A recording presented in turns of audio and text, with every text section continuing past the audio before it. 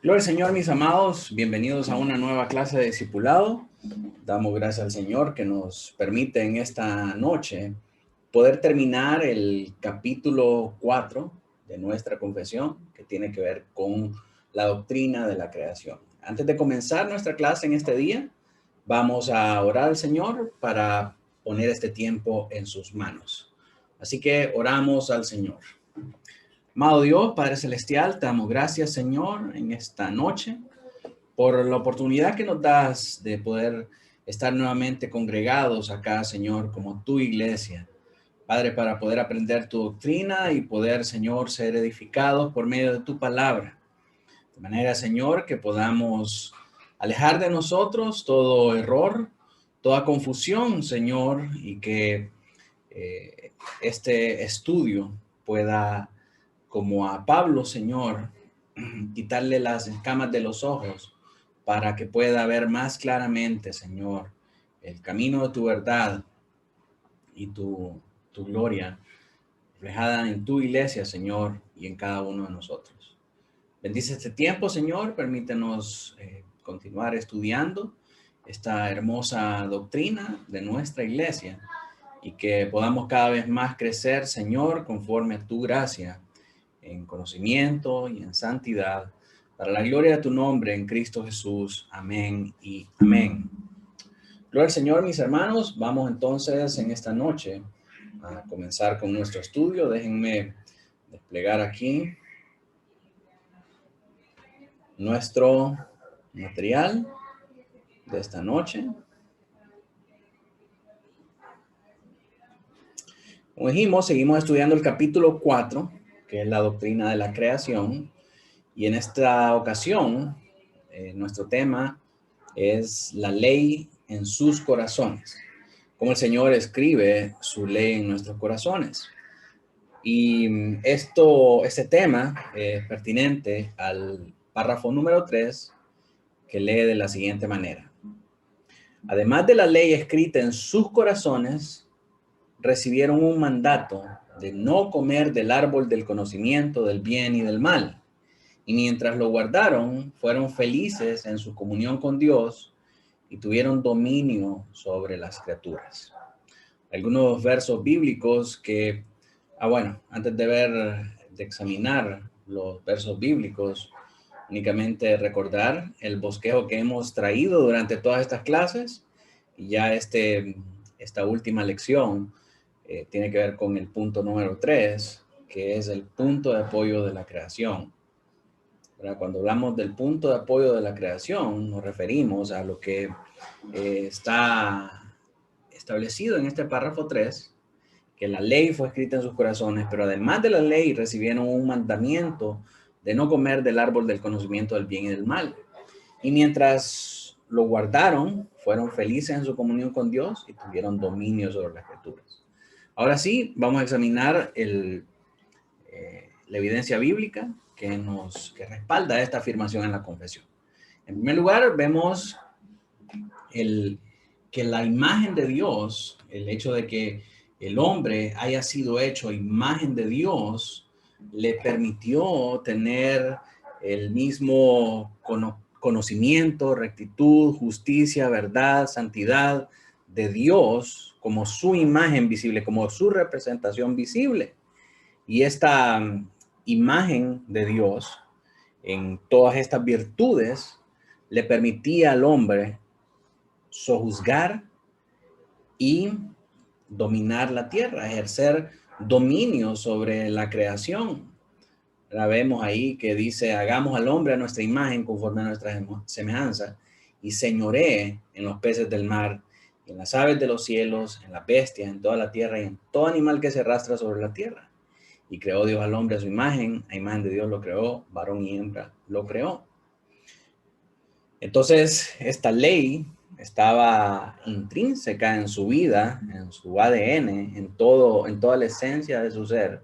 Y el ser igual a Dios le permitía tener estos atributos de corregente juntamente con Dios, con toda la creación. Y luego Génesis 2:17 nos habla acerca del mandamiento positivo que Dios le da al hombre, en donde le dice, mas el árbol de la ciencia del bien y del mal no comerás, porque el día que de él comieres, ciertamente morirás.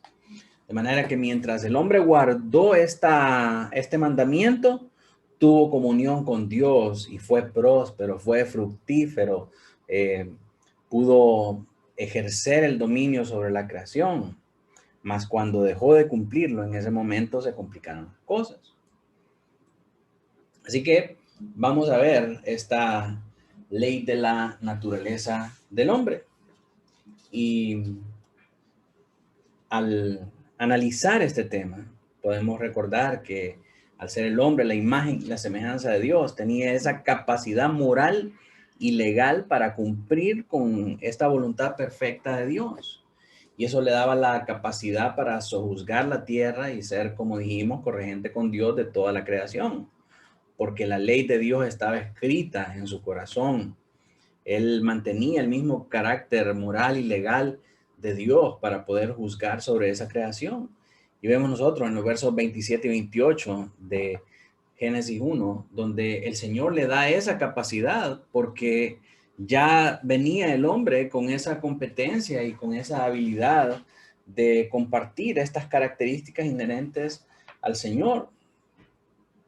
Y a pesar de que Dios todavía no había revelado su ley de una manera claramente visible a la humanidad, como lo hizo con las tablas en el Éxodo 20, estas leyes se encontraban escritas en la naturaleza. Y en ese sentido, ningún hombre, mis hermanos, ningún hombre puede alegar ignorancia acerca de estas leyes, puede alegar desconocimiento de estas leyes, porque en su interior estas mismas leyes dan testimonio acerca de la maldad que hay en su corazón y acerca de sus hechos. Y vemos evidencia de esto en Romanos 2, del 14 al 15, cuando dice, porque cuando los gentiles que no tienen ley hacen por naturaleza lo que es de la ley, estos, aunque no tengan ley, son ley para sí mismos, mostrando la obra de la ley escrita en sus corazones y dando testimonio en su conciencia y acusándolos o defendiéndoles de su razonamiento. Lo que este pasaje nos muestra es que todo ser humano nace con el conocimiento de la ley de Dios. Esto en virtud de que somos creados como imagen de Dios. De manera que nuestras conciencias se encuentran constantemente en conflicto, algunas veces aprobando y otras veces desaprobando nuestras acciones. Esto significa que todo ser humano,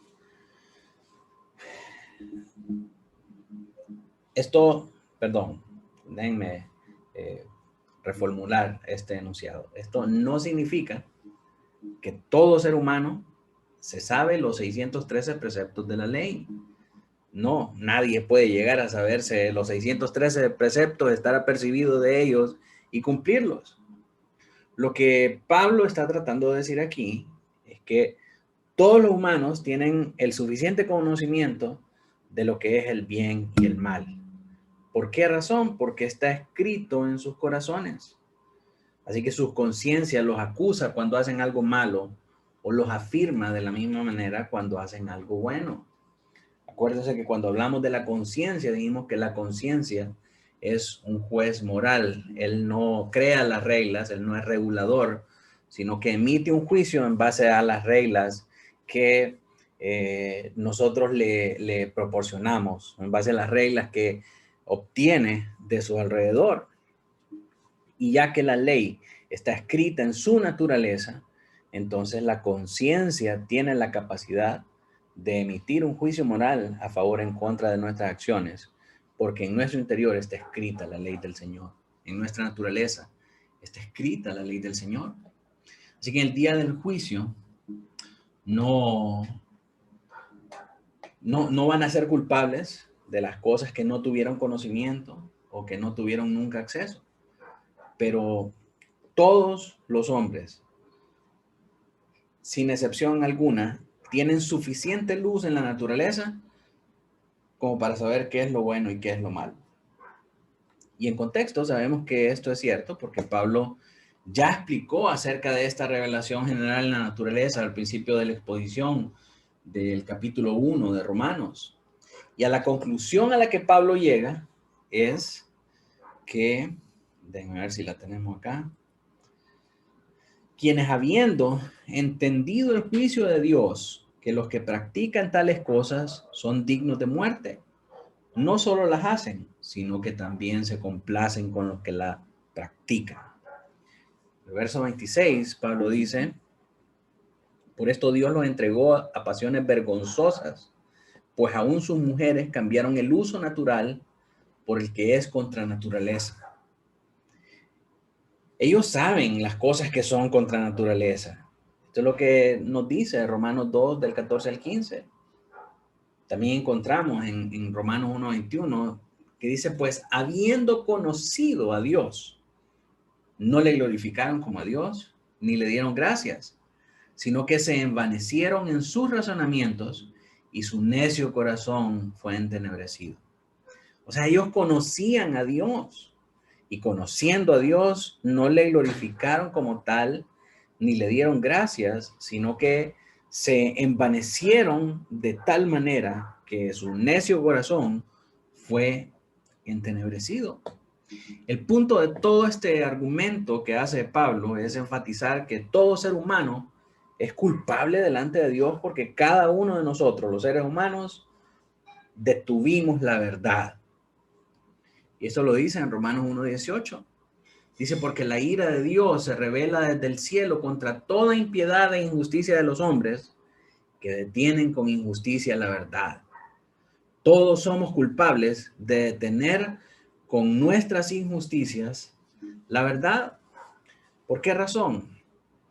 Porque ninguno de nosotros puede vivir las demandas de su propia conciencia, ni mucho menos puede vivir conforme a las demandas que Dios ha hecho.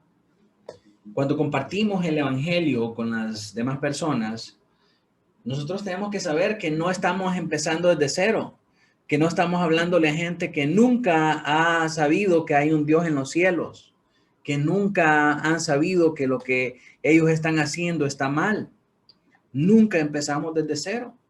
Hay cosas profundas siempre en el corazón de las personas que Dios puede usar para que ellos entiendan de qué estamos hablando cuando decimos todos pecaron y están destituidos de la gracia, perdón. En Romanos 3:23. Por cuanto todos pecaron, todos están destituidos de la gloria del Señor. Y cuando decimos la paga del pecado es la muerte, la gente sabe que esto es así. La gente sabe que son pecadores, que son culpables y que merecen la muerte. Que si están delante del Señor en el día del juicio, no hay ninguna forma en la que ellos puedan prevalecer si no es por los méritos de Cristo. Ellos tienen una noción de esa maldad. Así que no empezamos desde cero cuando les decimos, Dios muestra su amor en que siendo aún pecadores, Cristo murió por nosotros. Y que la salvación es por fe y no por obras para que nadie se gloríe. Por supuesto que la gente sabe estas cosas. Cuando nosotros las traemos a discusión, cuando nosotros las hablamos, esto resuena en los oídos de ellos porque saben que es cierto, porque su misma conciencia les afirma que este testimonio es verdad y que ellos necesitan arrepentimiento y venir a cuentas con su Creador. Así que esta ley está escrita en nuestros corazones y todos los hombres están sin excusa de no conocer a Dios. La naturaleza revela desde su escenario la gloria de Dios y en nuestro corazón.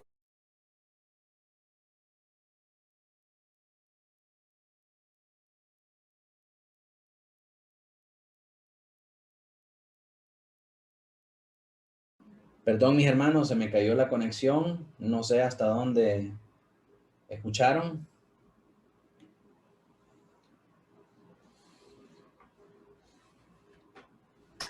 Hasta donde dijo de que estas cosas son ciertas y a ellos su conciencia les dice que es correcto o los juzga. Ok, ok.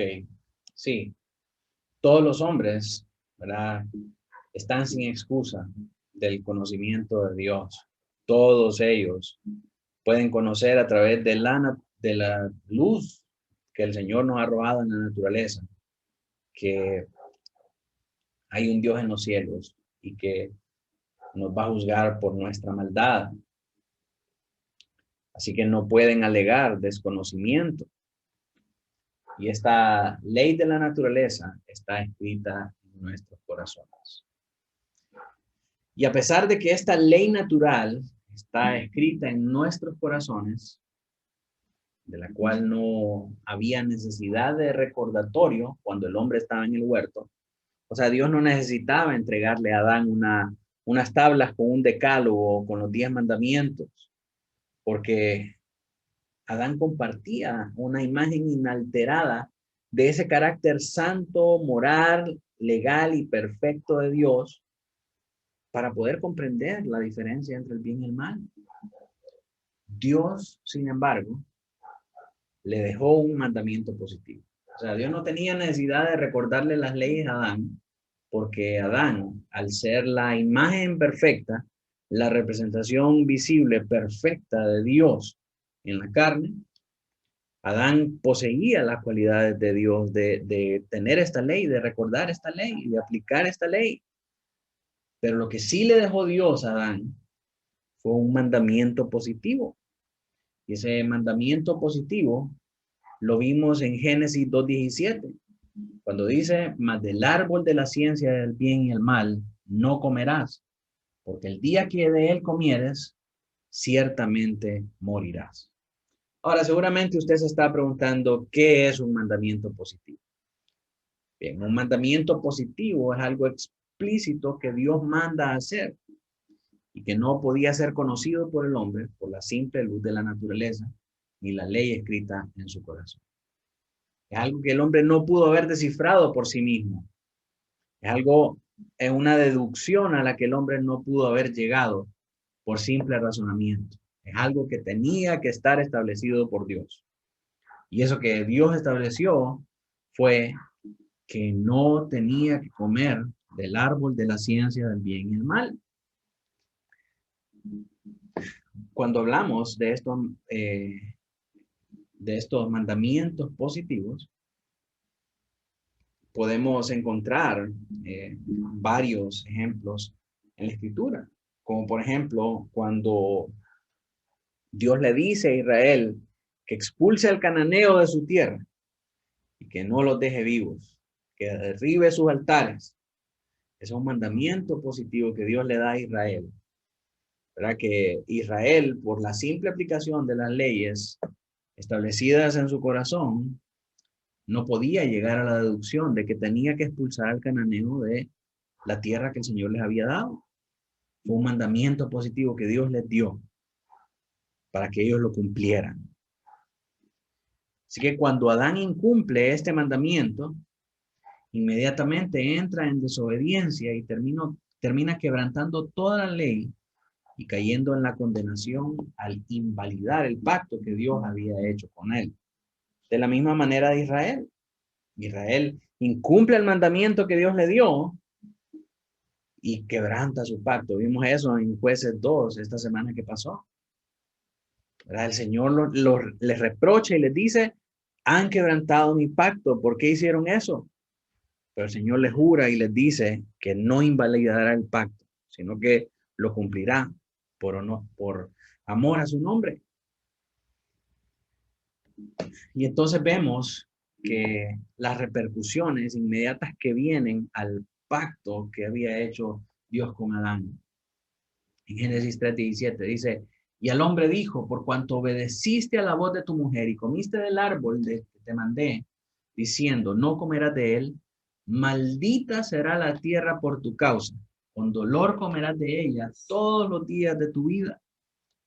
El hombre probó ser incapaz de cumplir con esa obediencia perfecta que el Señor requería para poder alcanzar la salvación en el marco de ese pacto de obras que él había hecho con él. Y esta caída de Adán afectó y corrompió no solo su ser como la imagen la representación visible de Dios, sino que también corrompió toda la creación. El Señor le dice, maldita será la tierra por tu causa. A causa de la desobediencia de Adán, también la tierra heredó maldición. Y a medida que esa imagen de Dios se va distorsionando por culpa del creciente pecado y la maldad en los hombres, esta desobediencia va inoculando la ley natural de ellos y las acusaciones de su conciencia y se van volviendo en pos de lo antinatural, como nos dice Romanos 1.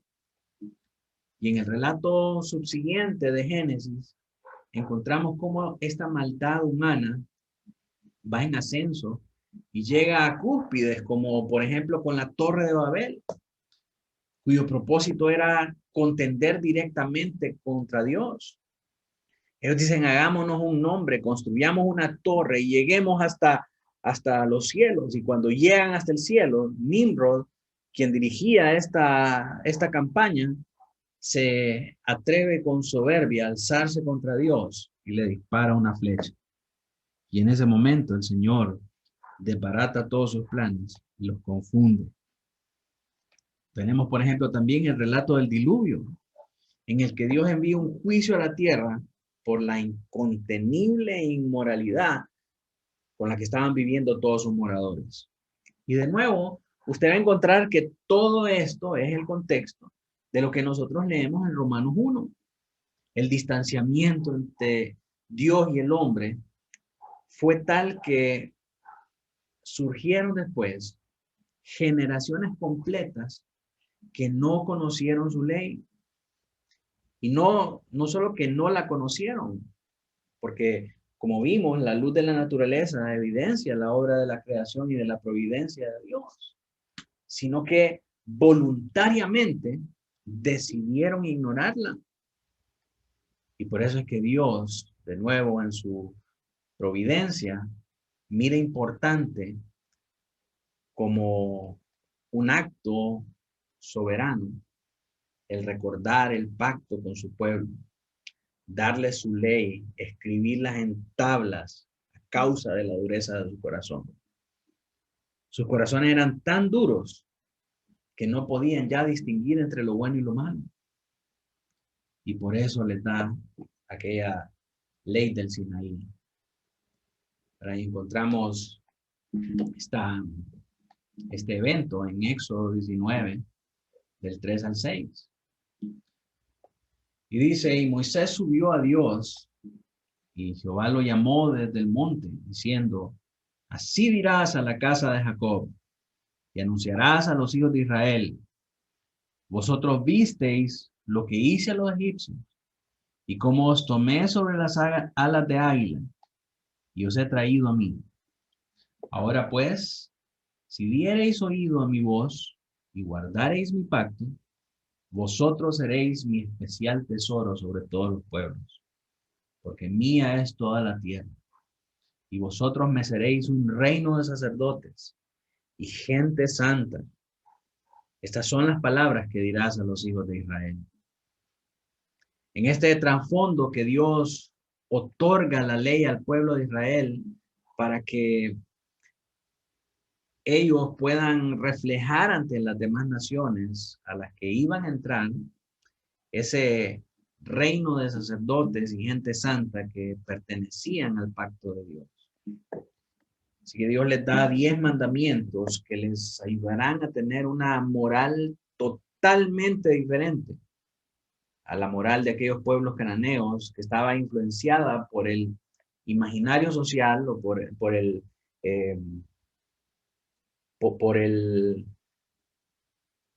conjunto de imágenes e historias de la sociedad, influenciadas por su cultura, influenciadas por su filosofía, influenciadas por su historia, influenciadas por su religión pagana. Y en estos 10 mandamientos se evidencia, en primer lugar, la relación que ellos tendrían con Dios. Y en segundo lugar, la relación que tendrían entre ellos en su condición de prójimo. Así que los primeros 4 mandamientos exponen para nosotros la manera en cómo ellos tenían que relacionarse con un Dios santo A diferencia de todos esos dioses paganos que eran falsos, inmorales y un reflejo de la perversidad del corazón humano. Entonces se nos presentan los primeros 4 mandamientos que nos dicen: no tendrás dioses ajenos, no te inclinarás a ellos, no usarás el nombre de Dios en vano, guardarás el día de reposo. Estos 4 mandamientos nos hablan acerca de nuestra relación con Dios.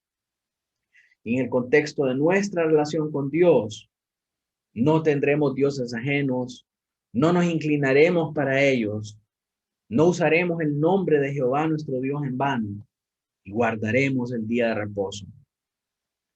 Son mandamientos que tienen que ver con nuestra relación con Dios. Y los siguientes 6 mandamientos son la regla moral de la sociedad de Dios. Honra a padre y madre. No matarás, no adulterarás, no robarás, no darás falso testimonio, no codiciarás. Todos estos mandamientos, desde el 5 hasta el 10, nos hablan acerca de nuestra relación con nuestro prójimo. Todos estos mandamientos, mis hermanos, son una regla moral para que nosotros podamos conducirnos adecuadamente en nuestra relación con Dios y en nuestra relación con los hombres. Y si bien todos estos mandamientos no abarcan todo el abanico de pecados que un hombre puede cometer, están contemplados sobre principios que norman una actitud pecaminosa que puede tener varias manifestaciones.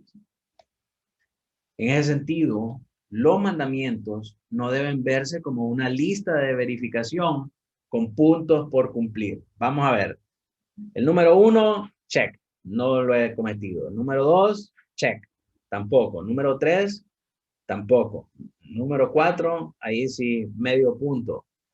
Número 5, check. No es una lista de verificación para ver cuáles de ellos estamos cumpliendo y cuáles no, sino es una base de referencia para todo lo que un mandamiento involucra. Por ejemplo, si hablamos de honrar padre y madre, no solamente estamos hablando de honrar al padre y a la madre, nos referimos a honrar a toda persona mayor, toda persona que esté bajo autoridad, toda persona que merezca nuestro respeto y consideración, como nuestros maestros, nuestros tutores, nuestros pastores. Cuando nos dice no adulterarás, ese mandamiento incluye todo tipo de relación inmoral pecaminosa. Cuando somos advertidos de no usar el nombre de Dios en vano, eso incluye no promover falsas doctrinas y herejías que ponen en entredicho el nombre y la persona del Señor. De manera que este decálogo que fue dado por Dios a Moisés, no solo son estos 10 mandamientos, sino que es toda una norma amplia y suficiente que nos ayuda a nosotros a tener un punto de referencia de lo que Dios espera de nosotros como pueblo del pacto y ciudadanos del reino. Cuando le preguntaron a Jesús, ¿cuál es el más importante de todos los mandamientos? ¿Qué contesta Jesús? Mire lo que contesta Jesús. Mateo 22, del 34 al 40. Entonces los fariseos, oyendo que había hecho callar a los saduceos, se juntaron a una. Y uno de ellos, intérprete de la ley, preguntó por tentarle diciendo, Maestro, ¿cuál es el gran mandamiento en la ley? Y Jesús le dijo, amarás al Señor tu Dios con todo tu corazón y con toda tu alma y con toda tu mente. Este es el primero y grande mandamiento. Y el segundo es semejante a este. Amarás a tu prójimo como a ti mismo. De estos 2 mandamientos depende toda la ley y los profetas. Ahora, ¿qué mandamiento es el que dice, amarás al Señor tu Dios con todo tu corazón y con toda tu alma y con toda tu mente? Ninguno. No hay ningún mandamiento que diga eso textualmente. Entonces, ¿a qué mandamiento se estaba refiriendo Jesús? Jesús estaba hablando acerca de los 2 ejes del decálogo de Moisés. El primer eje que nos habla a nosotros acerca de nuestra responsabilidad con Dios, que nos enseña cómo amar al Señor con toda nuestra alma y con todo nuestro corazón.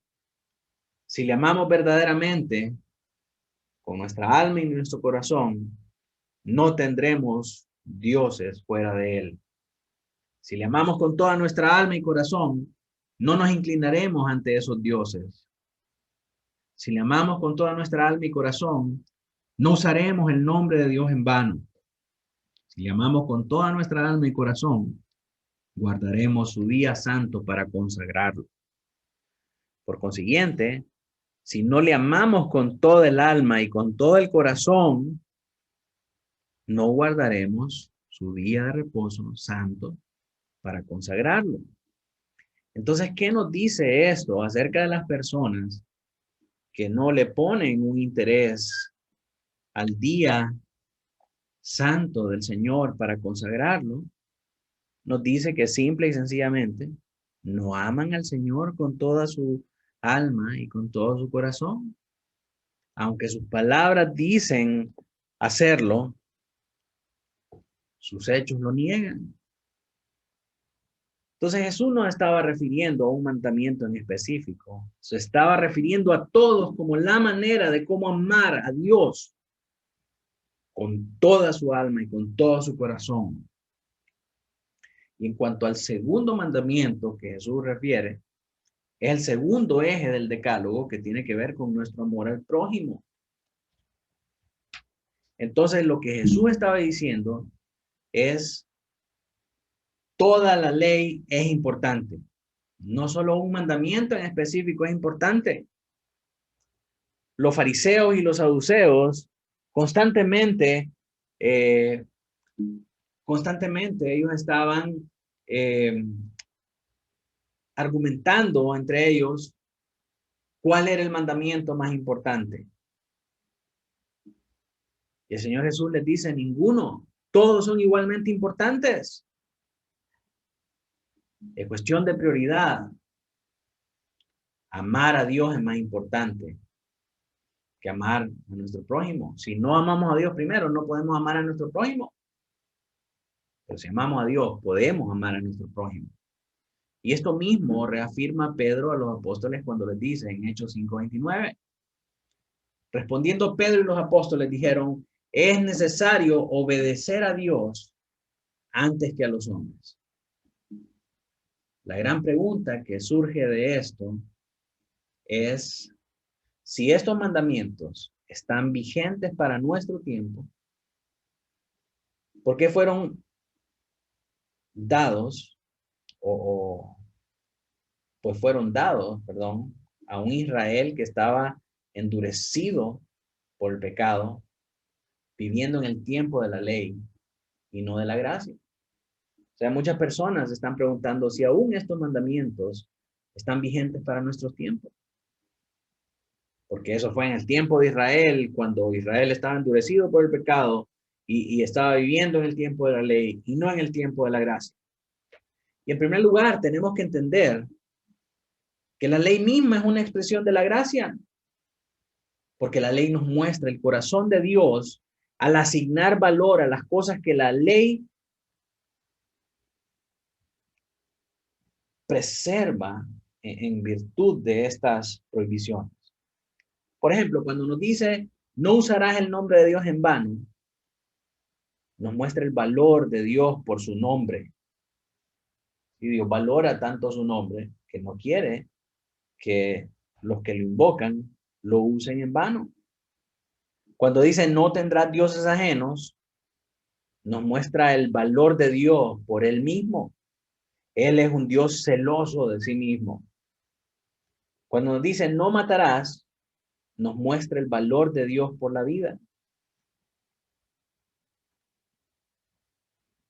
Cuando nos dice: no robarás, nos muestra el valor de Dios por la propiedad privada. Cuando nos dice: guardarás el día del Señor, nos muestra el valor que Dios le da a su santo día.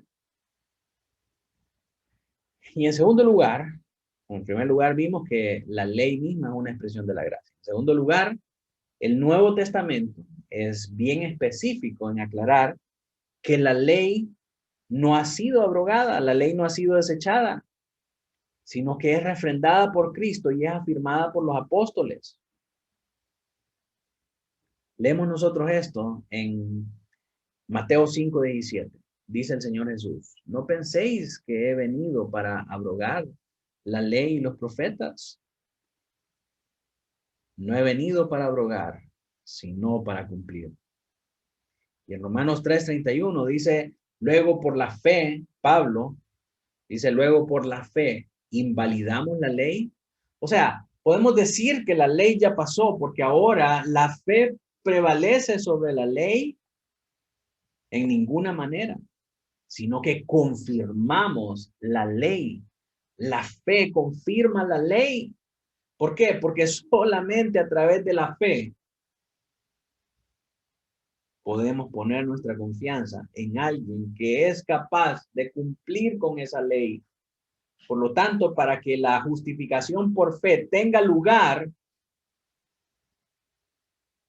esa justificación tiene que cumplir con esa ley para que pueda ser imputada a nosotros. Entonces la fe no viene a invalidar la ley, sino que la fe necesita de la ley para declararnos culpables y para que haya uno que sí la pueda cumplir y que la justicia perfecta de ese que sí la puede cumplir pueda ser imputada a nosotros. La fe sin la ley no tiene efecto ni sentido. Entonces por eso dice Pablo, confirmamos la ley a través de la fe. Es una locura, hermanos, pensar que la ley ya no está vigente en los tiempos de la gracia, en los tiempos de la fe. Así que la ley aún está vigente para nuestro tiempo. Porque, hermanos, si nos vamos por simple deducción lógica, sigue siendo malo matar, sigue siendo malo robar, sigue siendo malo adulterar, sigue siendo malo usar el nombre de Dios en vano, deshonrar padre y madre, y sigue siendo malo no guardar el día del Señor. Sin embargo, la ley que el Señor otorgó a Moisés en el Sinaí tenía como propósito mostrarle al pueblo su incapacidad de cumplir con la obediencia, al igual que Adán. Así como Adán no tuvo la capacidad de cumplir con las exigencias de la ley, asimismo, ninguno de nosotros tiene la capacidad para cumplir con ella. Ahora, aquí hay una disyuntiva cuando nos encontramos con aquella gente que dice, ¿y qué de esas leyes retrógradas que encontramos en el Antiguo Testamento? Como por ejemplo, no venderás a tu hija como esclava. ¿Significa entonces que la ley aprueba la esclavitud? Tenemos que entender que la ley en el Antiguo Testamento tiene tres ámbitos de aplicación. En primer lugar, tiene un ámbito moral. La ley moral, compuesta del decálogo de Dios que encontramos nosotros en Éxodo 20, son principios eternos que regulan nuestra moral. ¿Verdad? Estos son inalterables y permanecen para siempre. ¿Era malo matar en tiempos de Moisés? Es malo matar en nuestros tiempos. Segundo ámbito de aplicación de la ley es la ley sacerdotal. Hay todo un compendio de leyes que tratan con los aspectos rituales, con la vida ceremonial de Israel. Por ejemplo, Levítico 16:4. El libro de Levítico nos presenta a nosotros todas las leyes concernientes al sacerdocio de Israel. Pero ahí este sacerdocio para celebrar todos los rituales y las ceremonias que tenía el pueblo. En el marco de este ámbito ritual encontramos leyes como esta de Levítico 16:4 que dice, se vestirá la túnica santa de lino y sobre su cuerpo tendrá calzoncillos de lino y se ceñirá el cinto de lino y con la mitra de lino se cubrirá. Son las santas vestiduras, con ellas se ha de vestir después de lavar su cuerpo con agua. Entonces imagina nosotros que digamos, la ley todavía tiene vigencia para nuestros días. Entonces vestite con túnica santa de lino y ponete un calzoncillo de lino y ceñite la cintura de lino y te cubrís con la mitra de lino. No, eso no lo podemos aplicar a nuestros días porque es una ley sacerdotal. Es una ley que tiene una aplicación específica en la vida ritual y ceremonial de Israel. Por lo tanto, tampoco podemos en el marco de la iglesia decir que esta escritura se aplica para la manera en cómo un pastor se debe de vestir a la hora de oficiar el culto. Independientemente de que estemos celebrando las fiestas de los tabernáculos o las fiestas de cualquier otra cosa. Esta era una ley sacerdotal para un ritual específico en el tiempo de Israel. No tiene aplicación para nuestros días. Y tenemos también el ámbito social, que estas eran las leyes propias de la sociedad israelí mientras eran nómadas en el desierto. A medida que ellos fueron cambiando, que la sociedad fue evolucionando, algunas de estas leyes quedaron obsoletas, como esta de Deuteronomio 23:13. Dice, tendrás también entre tus armas una estaca, y cuando estuvieras ahí fuera, cavarás con ella, y luego al volverte, cubrirás tu excremento. Pero estas eran las leyes sanitarias del pueblo de Israel. Como era una sociedad nómada en el desierto, que vivían en campamentos desmontables, en campamentos móviles, el Señor mandaba que no podían ensuciar el lugar de su habitación, el lugar de su dormitorio. Entonces el que quisiera hacer sus necesidades tenía que salir de ahí, fuera del campamento, y llevar con él una estaca, que es lo mismo que una pala, y cuando terminara de hacer sus excrementos, debía cubrirlo con tierra. Estas eran las leyes sanitarias que el Señor le dio al pueblo, y eran leyes sociales. Y estas leyes sociales van cambiando conforme van cambiando las sociedades. Entonces, esta ley en particular no aplica para nuestra sociedad de la misma manera que no aplica para el Israel cuando ya pasó a poseer Canaán, cuando ya está Israel en el tiempo de los reyes de Israel, que ya tienen palacios, que ya tienen casas, que ya tienen lugares de habitación.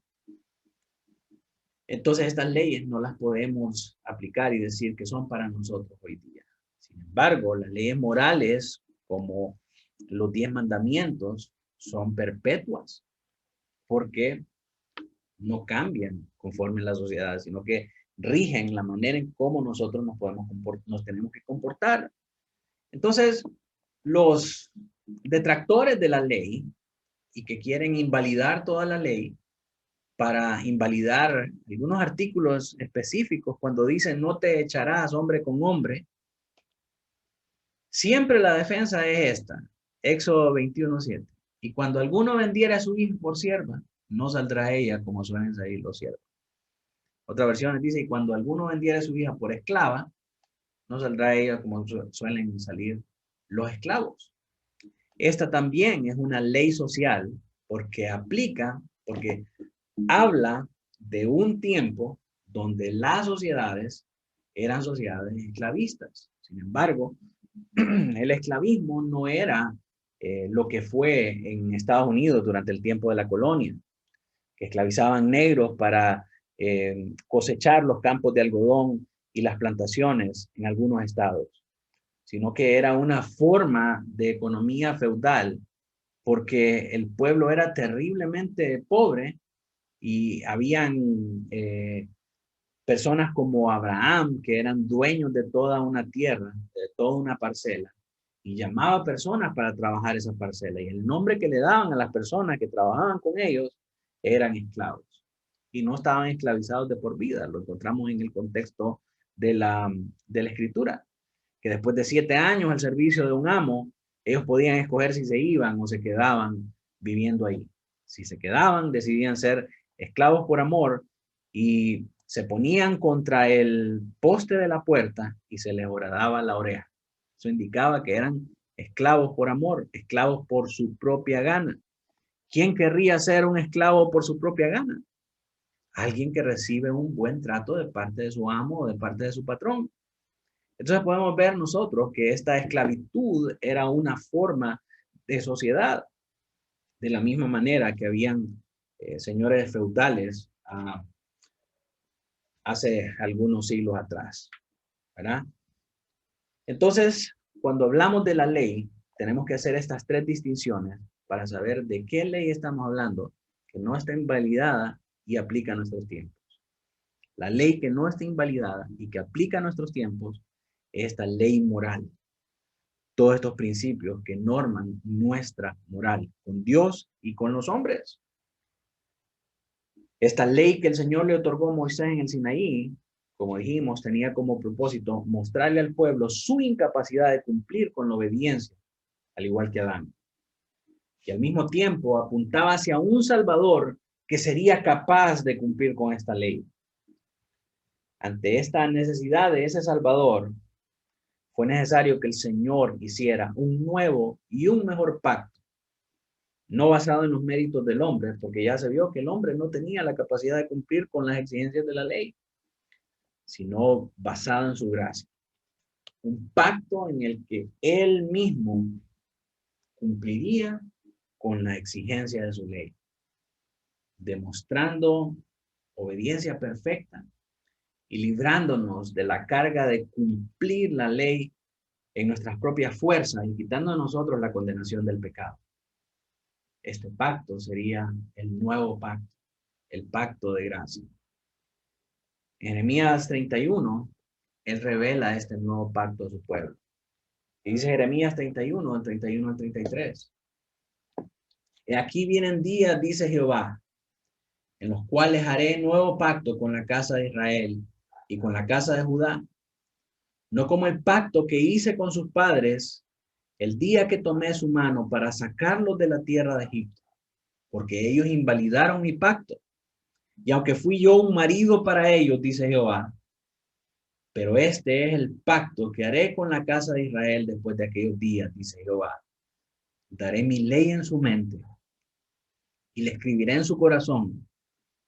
Y yo seré a ellos por Dios y ellos me serán por pueblo. En este nuevo pacto, Dios trae una revelación asombrosa.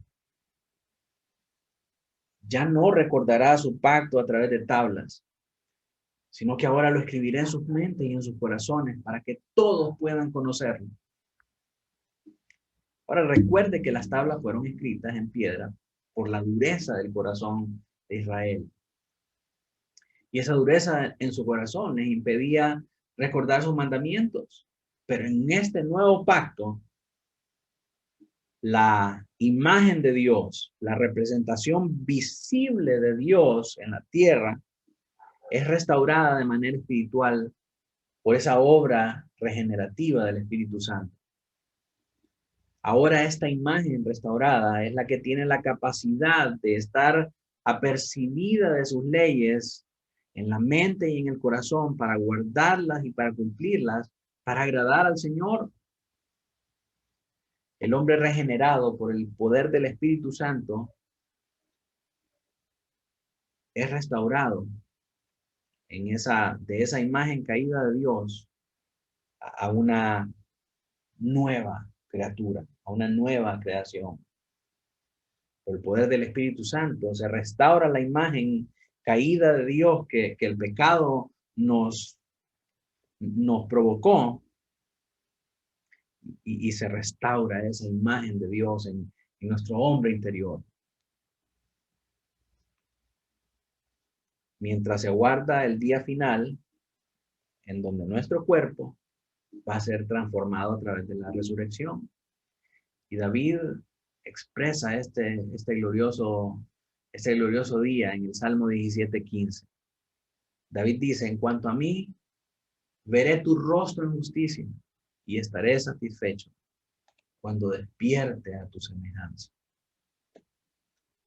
El apóstol Pablo dice también en 2 Corintios 4:16, por tanto no desmayemos. Antes, aunque nuestro hombre exterior se va desgastando, el interior, no obstante, se renueva de día en día. Entonces, mi hermano, lo que sucede acá es que cuando el Espíritu Santo regenera nuestro hombre interior, ese hombre interior es restaurado a la imagen y semejanza de Dios. Y entonces ese hombre puede cumplir y puede conformarse a la ley de Dios. Mientras tanto, el hombre exterior aguarda aquel día en que su cuerpo será transformado en un cuerpo glorificado y volverá a recuperar aquello que perdió por medio de Adán en el huerto. A la luz de este nuevo pacto, entonces el hombre es una nueva creación, el hombre es una nueva criatura.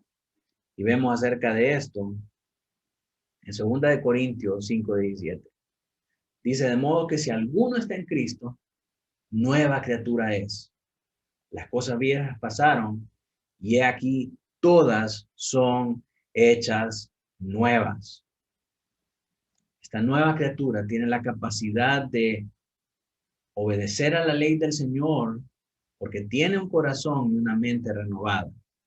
En este corazón y esta mente renovada, él puede cumplir con las exigencias y los mandamientos del Señor porque la ley ha sido grabada en ellas. De manera que lo que se perdió en Génesis con la caída se recupera espiritualmente cuando un hombre viene a Cristo y se recuperará físicamente en su totalidad cuando todas las cosas sean hechas nuevas en el final de los tiempos, cuando Cristo regresa en su reino.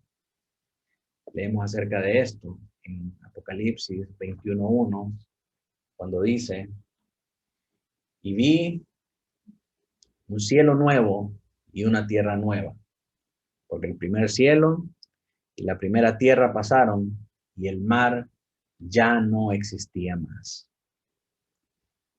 Así que mis hermanos, así llegamos al final de este párrafo 3, donde nos habla a nosotros acerca de esa ley de la naturaleza escrita en el corazón de los hombres, por la cual ninguno puede decir que no conoce a Dios y no sabe lo que es bueno y lo que es malo. Y nos recuerda también que por aquel mandamiento positivo que Dios le dio al hombre, desobedeció a su mandamiento y entró en desobediencia, arrastrando con él la culpabilidad por el pecado que llevó aún a maldecir la tierra.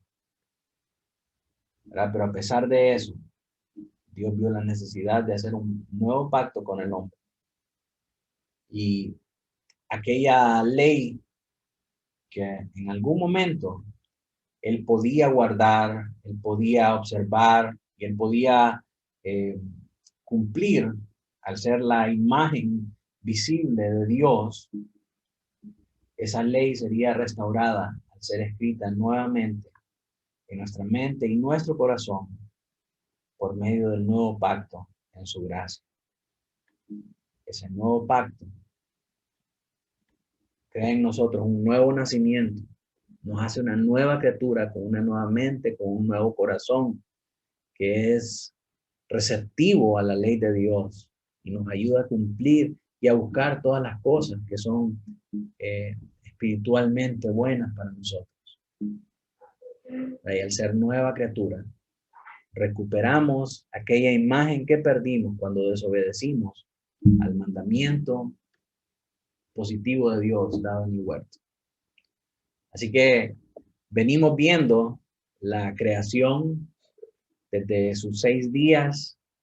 Vemos la cúspide de la creación del hombre hecho a la imagen y semejanza. Vemos la pérdida de esa imagen a través de la desobediencia y el mandamiento, la desobediencia a la ley y al mandamiento positivo del Señor. Y vemos cómo esa imagen se vuelve a recuperar a través de la nueva criatura espiritual regenerada por el Espíritu Santo.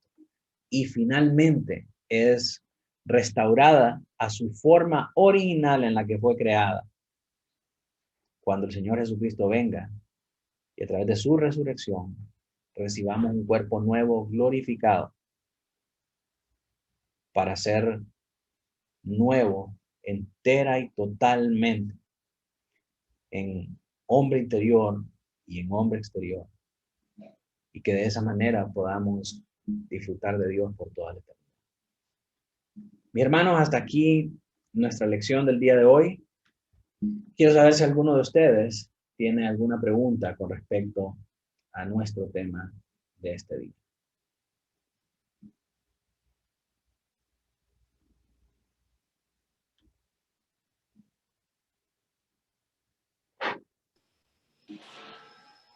Pastor, Robert. quería consultarle con respecto al tema del pasaje de Éxodo. Con el nuevo pacto, es que la verdad no sé cómo preguntarle. ¿Cómo fue que esa ley ya no aplica? O sea, sí sé que se divide en tres, ¿verdad? La social, la sacerdotal y la moral. Al hacer el nuevo pacto, ¿cuál de esas ya no queda invalidada o ya no funciona? ¿O cómo es la cosa? Sí. Las sociales no aplican porque eran propias de la sociedad en ese momento, ¿verdad? Desde que ellos entraron a Canaán, las leyes para Canaán eran diferentes a las leyes del desierto. En cuanto a las leyes rituales, no se aplican para nosotros, porque encontramos nosotros en pasajes donde se nos dice que todas estas cosas eran sombra y figura de lo que había que venir. Déjame buscarle ese pasaje.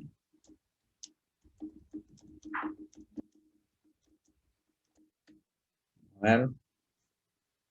Hebreos 10:1.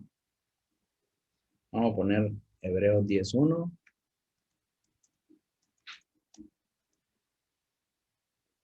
Déjame compartir mi pantalla por acá.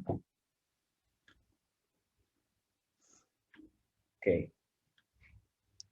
Hebreos 10:1 dice, porque la ley, teniendo la sombra de los bienes venideros, no la imagen misma de las cosas, nunca puede, por los mismos sacrificios que se ofrecen continuamente cada año, hacer perfectos a los que se acercan. De otra manera, cesarían de ofrecerse, pues los que tributan este culto limpio una vez, no tendrían ya más conciencia de pecado. Pero en estos sacrificios cada año se hace memoria de los pecados, porque la sangre de los toros y de los machos cabríos no puede quitar los pecados. Por lo cual, entrando en el mundo, dice, sacrificio y ofrenda no quisiste, mas preparaste cuerpo. Holocausto y expiaciones por el pecado no te agradaron. Entonces dije, he aquí vengo, oh Dios, para hacer tu voluntad, como en el rollo del libro está escrito de mí. Y esta es una hermosa referencia al pacto de redención hecho en la eternidad. Porque en qué momento, aquí está hablando de Cristo, y en qué momento estaba hablando de ese cuerpo que estaba preparado para él y entrando en la tierra. O sea, ciertamente esto es en la eternidad, es la comunión intratrinitaria llevando a cabo el plan de redención desde antes de la creación del mundo. Entonces dice, el verso 8, diciendo primero sacrificio y ofrenda y holocausto y expiaciones por el pecado no quisiste, ni te agradaron, las cuales cosas se ofrecen según la ley, pero no según el decálogo de Moisés. Aquí la ley se está refiriendo a esta ley ceremonial. Y diciendo luego, he aquí vengo, oh Dios, para hacer tu voluntad. Quita lo primero para establecer lo último. ¿Qué era lo primero? ¿Qué es quitar lo primero? Es quitar todo el sistema de holocaustos, de expiaciones, de sacrificios y de ofrendas que no agradaron a Dios para establecer lo último. ¿Qué era lo último? El cuerpo del cordero que estaba siendo preparado para ser expiado. Y eso vamos a descubrir que dice en el resto del capítulo. En esa voluntad somos santificados mediante la ofrenda del cuerpo de Jesucristo hecha una vez y para siempre. Lo que nos está diciendo Hebreos acá es, ya no son necesarias estas leyes rituales. Ya no son necesarias estas leyes ceremoniales. ¿Por qué? Porque se ofreció una vez el Cordero para toda la vida. Y ciertamente, todo sacerdote está día tras día ministrando y ofreciendo muchas veces los mismos sacrificios que nunca pueden quitar los pecados. Pero Cristo, habiendo ofrecido una vez y para siempre un solo sacrificio por los pecados, se ha sentado a la diestra de Dios. Y de ahí en adelante esperando hasta que sus enemigos sean puestos por estrado de sus pies. Porque con una sola ofrenda hizo perfectos para siempre a los santificados. Y nos atestigua lo mismo el Espíritu Santo, porque después de haber dicho, este es el pacto, y mire qué tremendo este verso, porque nos vuelve a conectar con el pasaje de Jeremías del nuevo pacto. O sea, esto que Jesucristo está cumpliendo por medio de este sacrificio que iba a quitar el pecado de una vez y para siempre, esto es lo que dijo el profeta Jeremías cuando dijo, este es el pacto que haré con ellos. Y cita textualmente las palabras de Jeremías. Después de aquellos días, dice el Señor, pondré mis leyes en sus corazones y en sus mentes las escribiré. Añade, y nunca más me acordaré de sus pecados y transgresiones, pues donde hay remisión de estos, o sea, ya fueron perdonados, ya no hay más ofrenda por el pecado. Entonces, ¿para qué van a seguir ofreciendo sacrificios por medio de sacerdotes que no tienen la capacidad para limpiar el pecado? Este verso es tan contundente que no hay nada más que decir.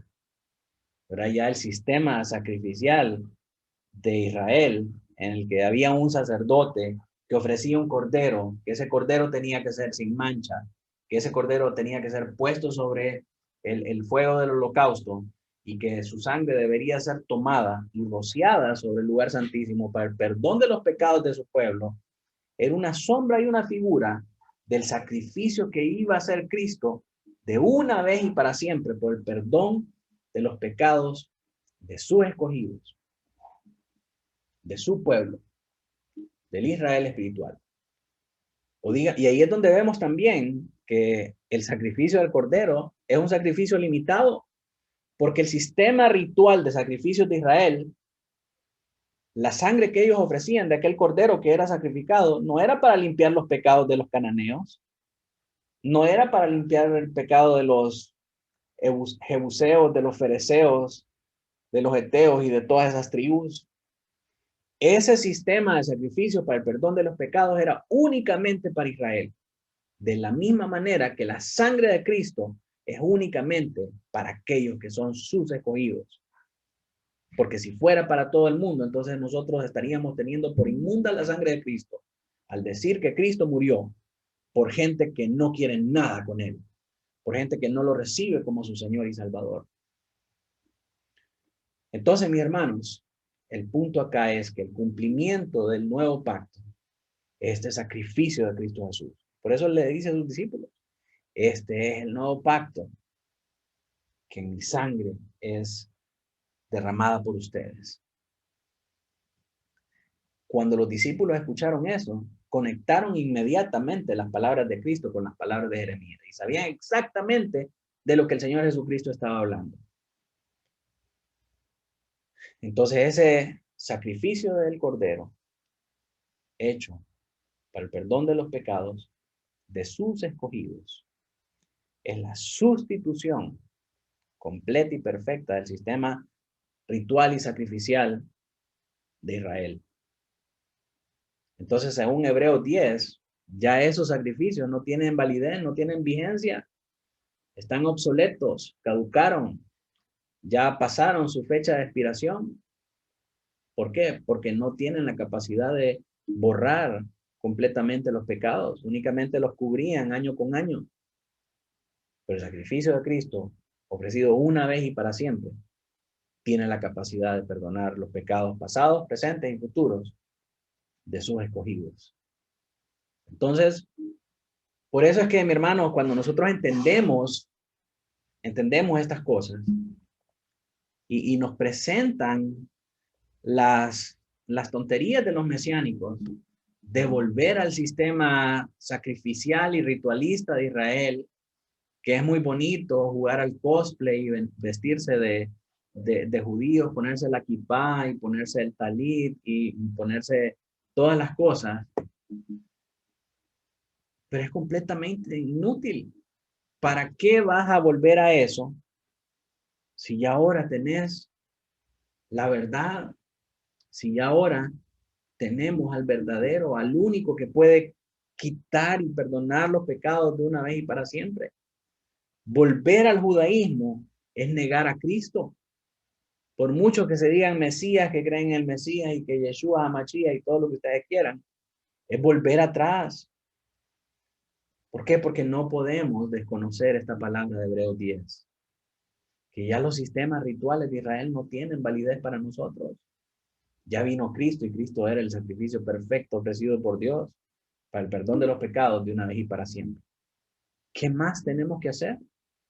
Y ahí lo va a ver ustedes. El hermano Noé me compartió ahora en la mañana, creo, una noticia de que los judíos tienen gran algarabía porque ya está listo el candelabro para el tercer templo y que cuando el tercer templo esté listo va a venir el Mesías. Siguen esperando al Mesías. Su desilusión va a ser tan grande cuando miren que el Mesías no viene, porque el Mesías ya vino. Entonces volver a esos símbolos y a esos elementos es inútil. Esa ley, Robert, quedó anulada cuando vino el Señor Jesucristo y se ofreció en sacrificio y expiación por nuestros pecados. Ya no hay más sacerdocio, ya no hay más que hacer. Y todo eso que ellos hacían era un símbolo o era una representación de lo que Cristo iba a hacer una vez y para siempre. Y ahora que vino Cristo, no tiene razón de ser. Es como el ministerio de Juan el Bautista. El ministerio de Juan el Bautista era ser heraldo de la venida de Cristo. Y ya una vez que Cristo apareció, ya el ministerio de Juan el Bautista quedó sin efecto. De la misma manera que quedó sin efecto el ministerio de los profetas del Antiguo Testamento, ya no había necesidad de escuela profética de Samuel.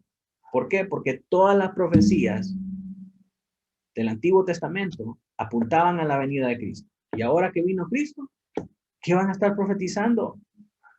Nada, el propósito de la revelación por la profecía era apuntar hacia Cristo. Y ahora Cristo ya está. Entonces, por eso es un gran error lo que hacen los carismáticos en estar pensando en dones de profecía y todos esos dones sobrenaturales. ¿Por qué? Porque no tienen utilidad, pues ya tenemos a Cristo. Ya tenemos a Cristo y a su revelación. No hay nada más que hacer. Es la cúspide de su revelación.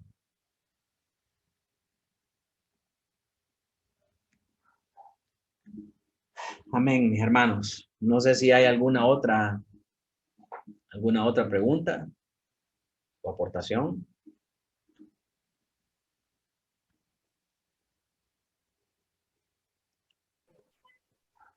Estuvo brutal hoy. Gloria al Señor, mi hermano. Gloria al Señor. Fue un tema muy hermoso. Disfruté bastante este capítulo 4. ¿Verdad? Cosas que necesitamos recordar y es muy importante para afianzar nuestra esperanza en el Señor. Apuntamos hacia nuestra renovación espiritual, recuperar esa imagen que perdimos en Adán y la restauración de todas las cosas al final de los tiempos. Qué hermosa esperanza. Que lo que perdimos en Adán, lo recuperamos en Cristo y lo vamos a recuperar cuando Él vuelva nuevamente en un estado físico y en un estado espiritual también. Así que mis hermanos, vamos a culminar este tiempo con una oración. Quiero pedirle a mi hermano Alejandro que nos pueda dirigir en oración. Alex. ¿Me escuchan? Sí. Ok. Oremos, hermanos. Gracias, Padre amado, por la oportunidad que nos has dado de reunirnos, aunque sea a distancia, Padre. Gracias por las herramientas que nos das para seguir avanzando, Padre, seguir aprendiendo cada vez un poco más de tu palabra, Padre, de ti mismo expresado en tu palabra. Gracias, Padre amado, por habernos amado, Padre, por habernos escogido y por habernos hecho tus hijos. Gracias por ese sacrificio que hiciste, Padre, que ese sacrificio fue lo necesario, Padre, para pagar por todos nuestros pecados. Tu sacrificio, Padre, vino a abolir el antiguo pacto, Señor, y tú nos tienes ahora en ese nuevo pacto que no podríamos estar más agradecidos, Señor Jesús, y no tendremos jamás cómo pagártelo. Te lo agradecemos, Señor Jesús, y que esto que hemos aprendido lo podamos repasar y lo podamos guardar y atesorar en nuestra mente, en nuestros corazones, para igual poder llevar este mensaje a otras personas y seguir promoviendo y predicando tu evangelio, Señor. Te damos las gracias nuevamente en tu nombre santo, Padre. Amén y amén.